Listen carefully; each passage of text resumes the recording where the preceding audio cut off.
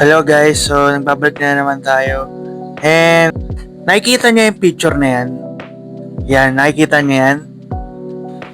Mari-remastered ang Red Dead Redemption 2 sa PS5.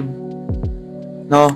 Ewan ko if merong free upgrade. Although wala naman akong bala ng Red Dead Redemption 2. Pero magkakaroon sila ng next gen update ng Red Dead Redemption.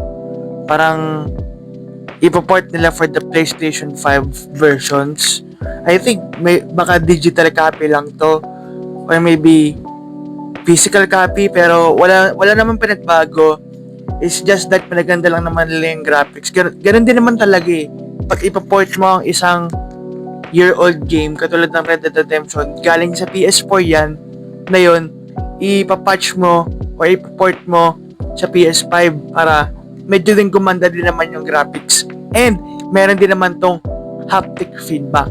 So, lalabas to alongside the release of Nintendo Switch 2. So, hindi pa natin alam kung kailan to lalabas, no?